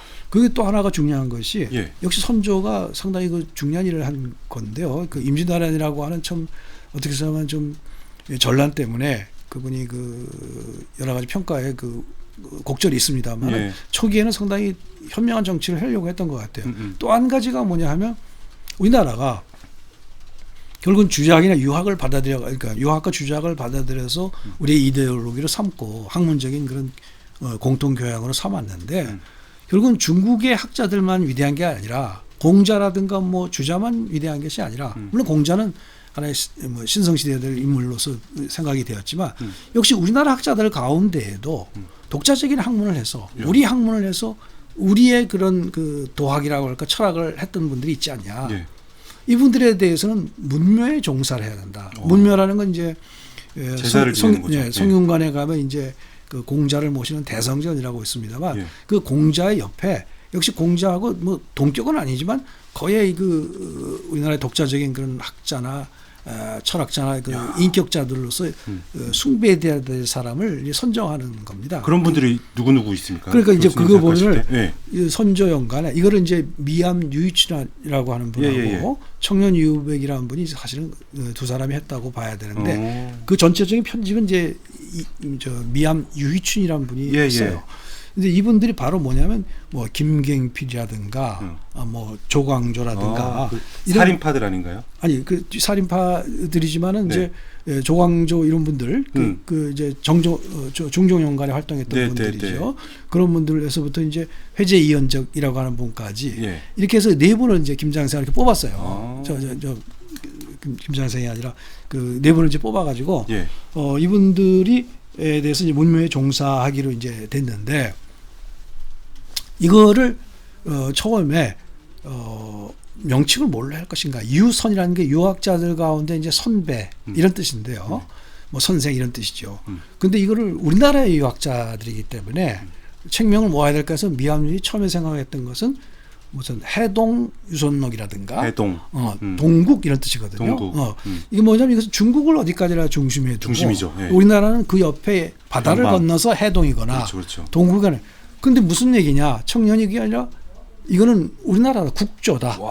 우리나라 왕조의 유학자로서 선배들이다. 발상부터 다르신 거네요. 그러네요. 야, 멋있다. 그러니까 오늘 따지면 그 이후에 이제 이것은 뒤에 이제 다산 정약에 오면은 이제 동서남북이라는 유명한 그런 문제를 내요. 과거 시험에. 그 이제 뭐냐 그 내용이 동서남북은 없다는 겁니다. 우리가 뭐 동서남북 방위가 없다는 얘기가 아니라 중국을 중심으로 한 동서남북이라는 없다는 거예요. 왜냐하면 우리 그쪽에서 더 가도 동쪽은 더 계속 나오잖아요. 그럼요. 우리가 중심이어야 되는 거죠. 그러니까. 예. 그래서 그게 유명한 문제가 있는데 저는 아직까지 그 과거 답안지를 누가 썼는지가 하나 나왔으면 좋겠는데 출제한 문제만 있고 답안지가 아직까지 없어요. 그렇구나. 근데 상당히 난해한 문제죠. 그거는 서구의 그런 그 천문지리학이라든가 이런 관점도 들어와야 되지만 가장 중요한 건 굉장히 주체적인 생각들이 있어야 된다는 말이에요. 맞습니다. 근데 그 이전에 해동인이 엄연히 동국인 이런 걸 사용하는 것이 주류였던 시대에 국조유선학이라고 해요. 국조라고 한 거죠. 딱 못을 박았구나. 그렇죠. 그래서 그 해가지고 그게 승인이 되는데 그거 바로 서문을 바로 해제 이 청년 유백에 쓴 겁니다. 그게 명문이에요. 그걸 따지고 보면 이 네 분들이 한 걸 보면 어떤 분들은 뭐 시문을 많이 남긴 분도 있고 정치적으로 영향이 있는 분도 있고 철학적으로 또 인격적으로 훌륭한 분도 있고 각각 달라.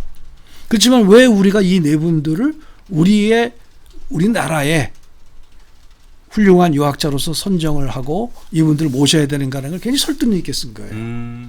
바로 이제 여기에서 중요한 것은 뭐냐면 그 이후에 광해군이 굉장히 훌륭한 정치를 많이 했어요. 네. 그 위에 우리 국가의 그 자존심을 높이기 위한 정치를 많이 했거든요. 그 중에 뭐냐 하면 퇴계 이황을 넣어서 아까 그 네 분에다가 플러스 한 분을 해서 5분은 문묘에 종사하게 한 겁니다. 그렇구나. 그러니까 광해군의 그러한 정책도 이 선조 초기에 이 청년 유백과 선조와 미암 유이춘 아마 이 당시에는 뭐 율곡이나 퇴계도 더 관여돼 있을 거라고 생각하는데 이분들이 공론화했던 이 사상을 이어서 광해군이 그걸 더 계승한 거거든요. 퇴계 이황까지 추가가 됐구나. 그렇군요. 그래서 이제 오현 종사가 되는 그렇죠. 겁니다. 오현 종사. 그럼으로써 물론 그분들에 대해서 오늘날도 뭐 특히 이제 선조도 뒤에는 약간 좀 없다는 이야기를 해요. 그래서 뭐 해제위원적은 들어가야 될까 말까 이런 얘기를 하고 그러는데 그렇지만 하나의 우리가 공통적으로 국가적으로 아까 말씀드린 것처럼 그분들이 각각 한 행사나 어떤 결과는 다르지만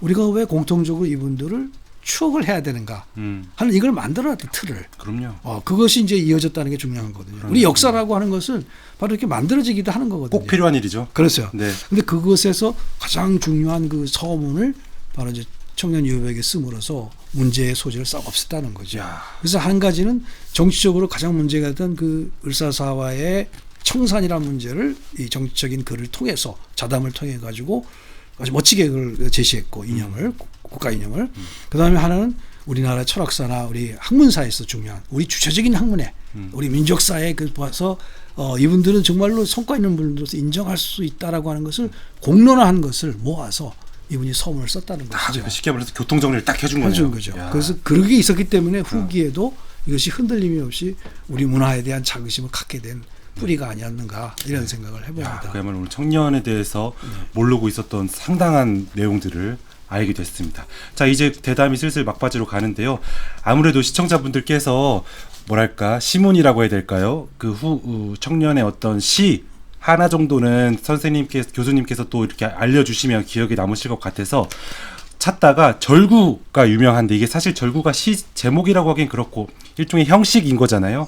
근데 이게 또 뭐랄까 유명하더라고요. 그래서 청년이 이런 시도 썼다 이렇게 소개해 주시면 좋을 것 같아서 한번 해석을 해 주실 수 있겠습니까? 이게 시가 상당히 이제 어렵습니다. 근데 이 절구라는 건 지금 잘 말씀하신 것처럼 뭐 율시라든가 절구라든가 고시라는 건 시의 형식을 얘기하는 것이고 아마 뭔가 제목이 있었을 것도 같은데 무제시라고 보면 되겠죠. 무제시. 근데 이제 경치를 얘기했어요. 봄 풍경을 얘기한 것 같은데 이게 이제 아주 봄도 아니고 동지가 지나서 이제 한겨울에서부터 이제 매화가 피기 시작한 시기를 얘기하고 있어요. 근데 한시가 우리가 이제 오해하기 쉬운 거는 이제 본인이 이제 한시를 쓰고서는 겸손하게 나는 그냥 음풍농월했어. 이게 뭐냐면 풍어를 읊었다. 그렇죠. 맞을 자연경시나 그냥 생각나는 대로 읊었지 뭐 깊은 뜻이 아니야 이렇게 아무 말 한 거야. 네. 그거는 사실은 남에게 얘기하면 그건 욕이 되는 거죠. 근데 이 한시의 매력은 그렇게 자연경치를 얘기하는 것 같은데 그 안에 무한한 함축이 있다. 우리가 언어에서 볼 때 시적 언어라고 하는 것은 이 함축이 중요하잖아요. 근데 우리가 이제 일상으로 사용하는 말들은 굉장히 지시적인 뜻이 이제 명확해야 돼. 그래서 그 언어의 그 디노티브한 그 펑션이라고 얘기하는데 그건 이제 지시적 기능이죠. 우리가 그걸로 하면 뭐 학술 논문 같은 것은 명확한 논문 그 글들을 써야 되죠. 그렇죠. 근데 시라고 하는 것은 굉장히 이 커노티브, 커노테이션, 함축이라고 하는 것이 굉장히 많아야 된다. 근데 한시가 그래서 오늘날도 뭐 아시다시피 그 서구에서도 동양에서는 한시를 전부 다 가리키고 심지어는 어떤 캐나다 학자인가 제가 젊은 여성 학자를 최근에 만났더니 얘기해 보니까 수업에서 한시하고 랩하고 같이 가르친대요. 랩도 그렇다는 거예요. 그렇구나. 방향은 다른 측면이 있는 것 같습니다. 랩은 굉장히 수다스러운 것 같은데도 그것도 함축성이 많잖아요. 모든 언어가 다 사실 그렇지 한시라 그래서 어렵다고 생각할 건 아닌 것 같은데 저도 정확한 그 함축은 모르겠습니다. 이분이 얘기하고 있는 것 중에 참 좋은 건 새우 미 귀로란 말이죠. 그 가랑비가 내릴 때 아마 겨울에서 봄 초봄 비날 그겠죠. 돌아갈 길을 지금 헷갈려. 이게 어디로 가야 되지? 이렇게 하면서 하는데 내가 기려 십리풍이라. 려자는 이제 이게 노새 같은 거죠. 나귀 이런 거를 타고 가는데 심리에 바람이 불고 있단 말이죠. 아마 이제 막 좀 훈풍이 불지 안 불지 모르는 그런 초봄이 올 것 같은 그런 때에 이 노새를 타고 간다는 건 참 중요합니다. 우리 한시에는 특히 노새를 타고 간다는 게 많아요. 나귀. 우리가 그 전에 보면 저 춘향전 같은 것도 저 임권택 감독이 영화한 거 보면은 그 이도령이 타고 가는 게 말이 아니거든요. 나귀나 노새를 타고 가는 거거든요. 말은 실제로는 너무 높고 그리고 길들이기가 어려워요. 제가 그 몽고에서 한번 저 말을 타본 적이 있는데 무서워요 말이.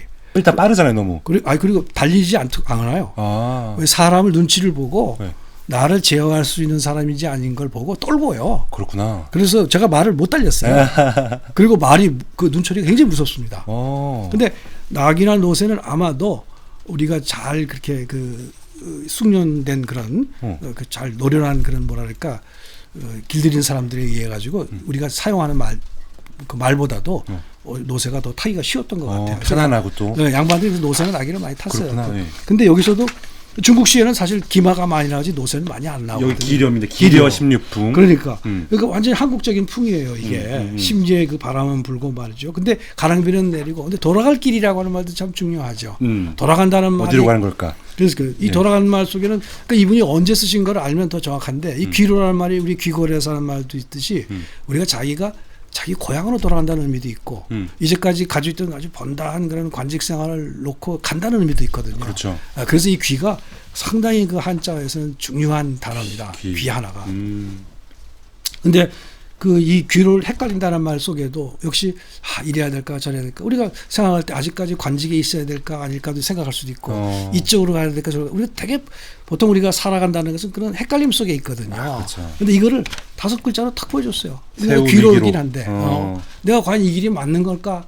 이 가랑비 속에 그걸 생각한다는 근데 거죠. 또 진짜 집으로 가는 길일 수도 있잖아요. 있죠. 어쨌든, 그런데 이것을 이 마음을 알아주기라도 하듯이 너가 그렇게 헷갈리는 것을 한 방에 날려버릴 듯이 말이죠. 예. 야매 수처발이라. 야매 수처발. 들판에 있는 그 매화가 곳곳에 지금 피어났다 이거예요. 곳곳에 폈다. 여기서 야매란 말이 중요해요. 들판에 핀 매화. 이게 분매가 아닌 거죠. 어. 우리가 이제 어떤 그 자기가 관상용으로 인공적으로 가꾼 그런 매화가 아니라 들판에는 저 매화가 나를 부른다는 거예요. 우리가 매화 아시다시피 여러 우리 지사들이 많이 노래한 것 중에서 매천 황현 같은 경우 매천을 썼지 않습니까? 네. 이런 분들이 가지고 있는 것들이 뭐냐면 상당히 그 계도적이고 선지적이고 이런 말도 있죠, 그죠? 그런데 이 그 매화라고 하는 것이 인공적이 아니고 자연적인 것이 갖는 또 친숙함이 있거든요. 우리가. 근데 그것이 수채 피어 있다는 말이 이게 너무나 여기 이제 기승전결이라 그럽니다. 절구는 이걸 세 번째 거는 전구인데 갑자기 전환이 돼가지고 그러니까 첫 번째, 두 번째 구에서는 약간 이럴까 저럴까 하는 헷갈림도 있는데 그 들판에 핀 곳곳에 피어 있는 매화를 보는 순간에 마음이 확 어떤 안정감을 갖는 거죠. 근데 혼단 암양적이라 내가 거기 혼이 끊어진다는 것은 요 암양 속에서 혼이 끊어진다. 이 암양은 매화라는 게 그 짙지 않다 그래요. 은은한 향기 속에. 근데 나의 정신도 아주 끊어진다는 것은 완전 내가 동화됐다는 얘기거든요. 그러니까 여기에서는 이미 여기서는 헷갈림을 다 잊어버리고 내가 처사와 같은 설사 아직 관직을 떠나지 않더라도 나의 모든 수수함이라고 하는 것 속에서 저 자연과 동화가 됐다는 뜻을 얘기하고 있는 거죠. 아주 교묘한 시예요. 또 화려한 것 같기도 하고 우리가 저 국립중앙박물관 가면 그 후기에 그 저 보면 그 홍매화도 있습니다. 근데 아주 화려한 것 같으면서도 굉장히 친근하거든요. 이게 그 야매가 수처발했다 그런 것 속에도 굉장히 어떤 그 뭐랄까 산뜻하고 선명하고 뭐 아름다운 것 같아도 굉장히 수수한 마음을 갖고 있는 거죠. 예. 이중적이죠. 그리고 저는 개인적으로 약간 꿈을 꾸는 듯한 느낌이 좀 들었어요. 몽환 속이죠. 비도 오고 막 그리고 바람도 불고 또 이렇게 매화가 은은하게 냄새가 나고 혼단 암양하니까 뭔가 꿈을 꾸는 듯한 느낌이었다. 정확하신 것 같아요. 제가 오늘 배웠습니다. 예, 시인이시고 어디에도 해석이 없었습니다. 제 개인적으로 이거를 뽑은 것도 그런 느낌이 착 전해 들어서 와 정말 위대한 시인이긴 하셨구나 이런 생각이 들긴 했습니다. 맞네요. 이게 이런 그 몽환성. 우리가 사실 이제 저 시를 볼 때 너무 지나치게 이제 두봇이나 이런 걸 볼 때도 너무 충신이라든가 뭐 애국이라든가 이런 것만 생각하지만 그 두봇이도 가장 아름다운 거는 그런 자연 속에서 느끼는 그 몽환적인 시들이 있거든요. 그 쓸쓸함과 이런 것들. 아마 그 우리 기자님이 굉장히 젊고 그 자체로 좋더라고요. 감성이 많으시가 그런 것 같은데 이 자체로 진짜 어떤 그 여기 뭐 깊은 철학적이 아니라도 우리가 가지고 있는 그 몽환성 그 속에서 느끼는 그러나 우리가 추구의 어떤 그 진리와 같은 이런 것도 있죠, 그죠? 어떤 것을 찾아야 되는 이런 것들을 담고 있는 것 같네요. 그래서 사실은 우리나라의 그 한 시사에서 아주 중요한 말 중에 그 당시풍이다, 송시풍이라는 말이 있어요. 당시풍은 좀 더 뭐 이백이나 두부와 같이 상징성이 있고 문학적인 그런 함축성이 짙은 시들을 말하는데 그거를 처음으로 그 호남 시단에서 열었던 분이 이 청년 이후백이다 이렇게 평가되는 거거든요. 이건 그 후대에 그 농암 김창엽이라든가 이런 아주 걸출한 문학인들도 그걸 인정을 하고 있어요. 근데 바로 이걸 그런 시라고 봐야 되지 않을까 야, 싶은 그러네요. 야. 생각이 듭니다. 잘 뽑으신 것 같아요. 제가 네. 교수님께도 하나의 깨달음을 드렸습니다. 예, 고맙습니다. 네, 아닙니다. 근데 아까 우리 마지막으로 책 소개해드리려고 하는데 책이 네. 왔나요? 아직 안 왔나? 아까 오셨다가 나가셨죠, 다시. 한번 뭐 그러면은 마지막 책 소개해드리기 전에 이런 거죠. 보통 이제 기사로 이제 딱 이유백 선생을 검색했을 때 이럴 때 많이 인용을 해요. 정치권에서 뭐 탕평 인사니 뭐 네. 공정한 인사니 네. 아까 인사에서도 중요한 일을 해주셨으니까 그런 것들 다 포함해서 우리가 마지막으로 2025년 지금 이 시점에 우리에게 청년공은 어떤 의미가 있길래 우리가 이런 시간을 가졌는지 뭐 마지막으로 한번 정리해보면서 마무리해보면 좋을 것 같습니다. 네. 이분이 이제 남긴 아까 그 시문을 통해서나 우리가 이제 그 인사 문제에서의 그 청렴성 이런 걸 우리가 충분히 논의했다고 생각이 되는데요. 네. 바로 그런 점에서 음. 이제 우리가 볼 때도 어떤 정치 제도라든가 어떤 이념이라든가 이런 것을 떠나서 먼저 인간으로서 말이죠. 자기의 그 책임의식, 그 책무라고 볼 수 있겠죠. 그것을 자기가 자담하고 성실하게 해나가는 사람들이 우리에게는 현대적인 인물로서 현대에 필요한 인물이 아닌가. 그런 면에서 하나의 인물 하나의 전형일 수 있다 하는 점이죠.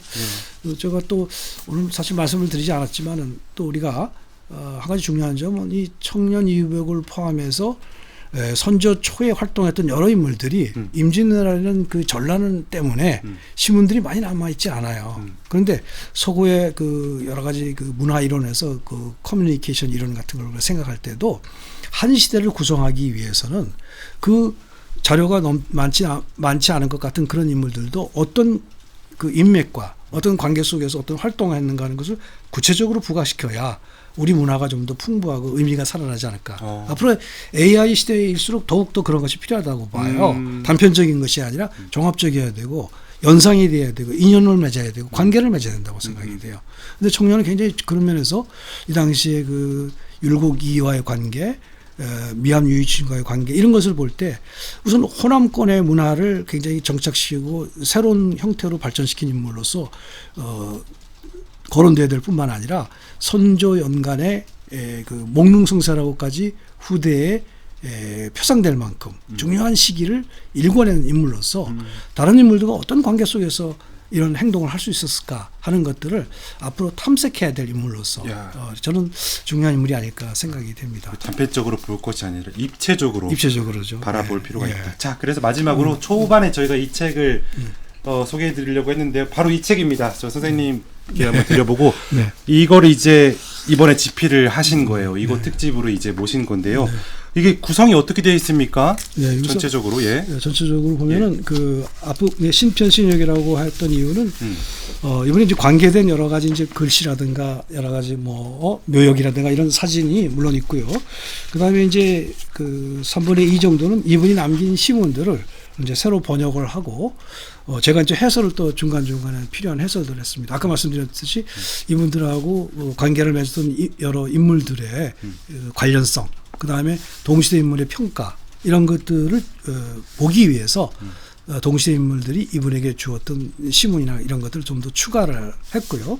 그 다음에 뒤에는 여러 가지 이분의 행적을 보기 위해서 우리가 신뢰할 만한 역사를 그러니까 신사라 그럽니다. 신사. 그게 이제 왕조실록과 같은 것이 되겠고 국조보관과 같은 것이 되겠습니다만 거기에 이제 율곡의 연보라든가 경연일기 같은 것이 포함되겠죠. 그런 것들 물론 오늘날은 신사 영역에 들어가야 한다고 생각이 됩니다. 굉장히 공정성이 있는 글들, 미암 유이친의 일기 같은 것 이런 것들을 전부 다 청년 이후백에 관련된 것들을 뽑아서 새로 번역을 하고 정리를 했어요. 그리고 그 뒤에는 목민심서와 같은 아주 중요한 그 후대인들의 평가가 담겨 있는 여러 글들을 또 역시 선별을 해갖고 새로 번역을 했습니다. 그래서 전체적으로 봐서 이분이 남긴 시문은 좀 아까 말씀드린 것처럼 그 아주 풍부하다고 할 수 없고 아쉽지만은 그러나 이분을 이해할 수 있고 선조연간의 인맥들 여러 우리 새로운 시대를 열기 위해서 노력했던 그 분투했던 여러 양심적인 지식인들의 모습과 활동을 보기 위해서는 이 책이 굉장히 그 어느 정도 필요한 단서를 제공하지 않을까 이런 생각을 하고 있습니다. 아이고 감사합니다. 감사합니다. 제가 잘은 몰라도 학문적으로 엄청 필요한 일을 해주셨다 이런 생각이 정말 들었고요. 자 마지막으로 그냥 이거는 뭐 제가 개인적으로 궁금해서 뭐 교수님 같이 이렇게 최고의 어떤 우리 사회의 지성인 분들께서 조선시대 최고의 학자를 3명을 최고의 학자 3명 뽑으면 누구로 뽑아주실까 저는 그냥 궁금하더라고요. 그래서 한번 말씀해 주시면 제가 나중에 따로 공부해 보려고. 어떻게 보고 계십니까? 저희 사실 공부의 출발점 김시습이에요. 매월당 금오진화. 김시습. 네. 바로 김시습이라고 하는 분은 유학이나 불교나 도교나 이런 걸 다 섭렵하면서 자유로운 자기의 영혼, 자유로운 그런 사상을 구축하려고 애를 썼는데요. 이분이 왜 중요한 인물이냐 하면 사상이나 학문을 머리로 공부하는 게 아니라 몸으로 실천해야 된다 이거죠. 그 당대에 많은 유학자들, 당대 훌륭한 불승들, 국가에서 보호받는 분들 많았지만 결국은 여러 가지 그 부당한 그런 정치 활동이라든가 또는 그 부당하게 그 인민들을 착취하는데 그냥 가담한다든가 눈 감는다는 걸 볼 수가 없었기 때문에. 김시습이 어느 시대의 사람이죠? 바로 이제 세종 때 세종 해서 예. 세조 성종 때까지 활동한 분이죠. 예. 바로 이분도 천재여서 5살 때 세종이 불러가지고 시를 쓰게 했다는 거죠. 예. 그래서 5세 동자라고 했던 분인데 그런 천재성보다도 저는 바로 학문과 모든 지식이라고 하는 것은 실천을 수반하지 않는 것 이런 것은 의미가 없다고 봐요. 그런 부분을 되게 중요하게 생각하시네요. 그분을 이제 바로 김시습이 바로 그것을 가장 우리나라 역사에서 잘하셨구나. 가장 그걸 드러냈기 때문에 몰랐습니다. 그래서 관직에 나아가질 않았죠. 그리고 어느 승려도에 돌아다녀도 승려로서 돌아다녀도 주지가 되질 않았어요. 그러니까 이분이 우리가 주는 메시지는 정말로 그 사상이라는 건 인카네이션, 육화돼야 된다는 거죠. 그런 면에서는 어떤 학자보다도 아마 김시습이 없었다면 우리나라의 과거에 그런 뭐 문헌을 제가 공부할 생각은 우선 하지 않았을 것 같아요. 네. 최고의 찬사입니다. 그리고 네.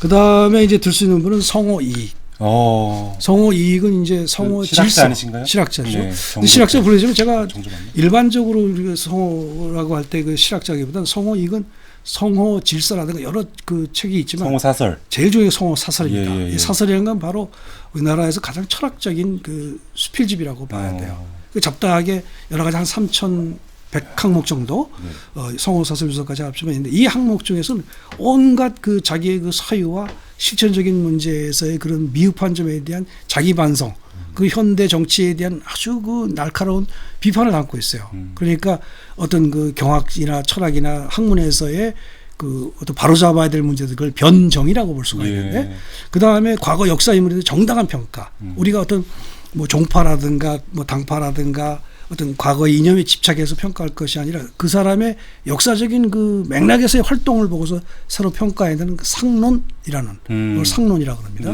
그 다음에 이제 세 번째가 뭐냐면 이 현실 정치를 바꾸기 위해서 어떤 것을 나는 제안한다는 제안을 담았어요. 이런 세 가지가 담겨 있기 때문에 비체계적이지만 어떻게 보면 그 비체계성 속에서 그 당대의 모든 문제, 그 다음에 그 학문의 모든 높이를 담고 있다. 특히 이분은 그렇기 때문에 서학이라 그래서 이 뭐 서교, 천주교를 믿은 건 아니고 거기에서 나오는 천문지리라든가 이런 것들의 사상 이런 것도 신체론까지 다 받아들여가지고 그것을 받아들여서 과거에 우리가 그 세상에서 믿어왔던 그 학설들을 무조건 믿어야 하는 게 아니라 의심하고 회의하고 또 새로운 경험적인 사실로서 이것을 검증을 해봐야 한다는 것을 주장한 분이에요.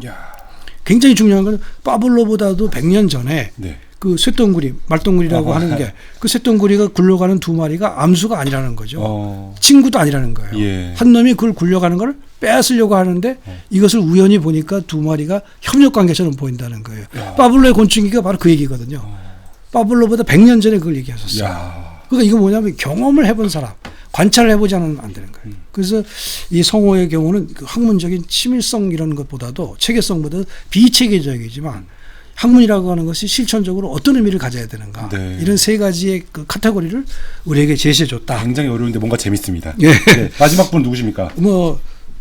마지막이라기보다는 또 한 분이 있는데 탑3입니다. 탑3. 그 탑4로 돼야 될 것 같아요. 알겠습니다. 탑4로 해주세요. 성호하고 같은 시대에 하곡 정제도라고 하는 분이 아, 있어요. 예. 이분은 이제 강화도에 들어가서 예. 살았는데 이분은 이제 거기 정약용이랑 같은 가문이가 아닌가요? 아닌가? 아닌가요? 예, 아니죠. 예. 예, 정씨가 이제 다른 이제 정씨입니다만. 알겠습니다. 네. 네. 근데 이분은 뭐냐면 마찬가지로 그 송호나 비슷하게 예. 그 과감하게 서학을 받아들여서 자기 사상을 개조했듯이 음. 그래서 그렇다고 서학을 돌아간 것도 아니죠.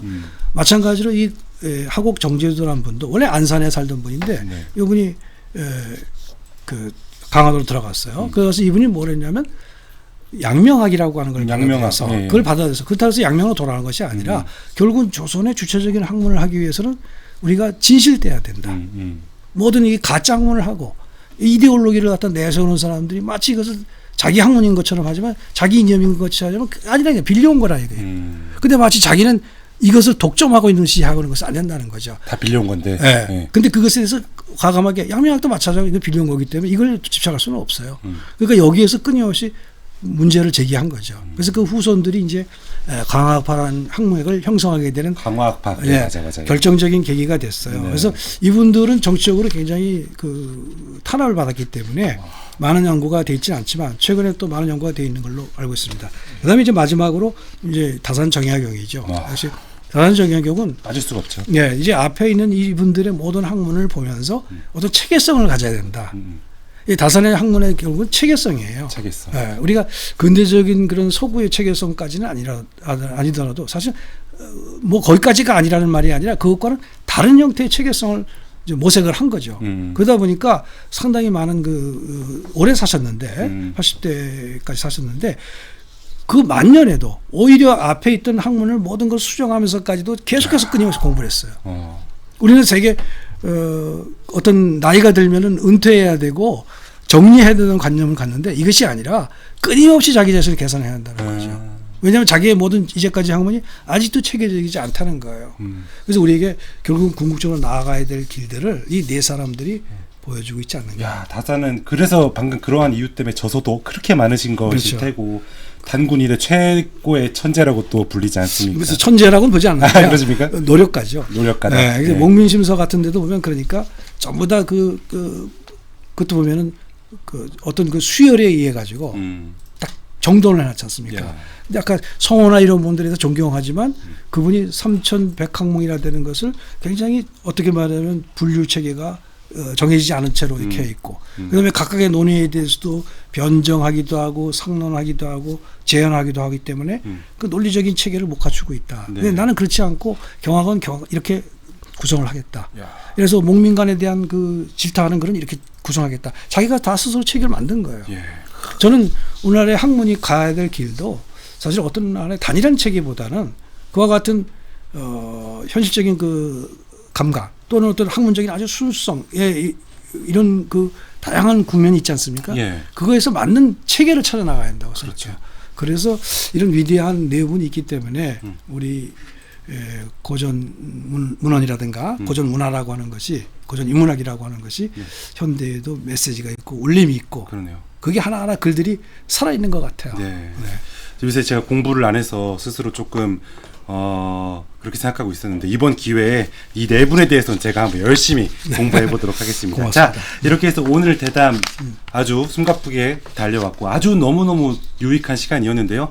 마지막으로 저희 시청자분들께 끝인사 드리면서 오늘 인터뷰 마쳐보도록 하겠습니다. 네, 여러분들 이렇게 화면으로나마 만나 뵙게 돼서 반갑습니다. 우리 문화는 결코 중국의 것을 이식하거나 또는 그 아주 현실하고 동떨어진 혹은 체계가 없는 그런 학문이 아닙니다. 전부 다 치열하게 살아왔던 분들이 우리에게 많은 문화유산을 남겨줬어요. 오늘 청년 의백도 그 중에 한 분이었고 우리 고전을 사랑한다는 것이 결국은 우리 미래를 사랑하는 것이 아닐까 저는 이렇게 생각을 하면서 이렇게 불러주셔서 감사드립니다. 감사합니다.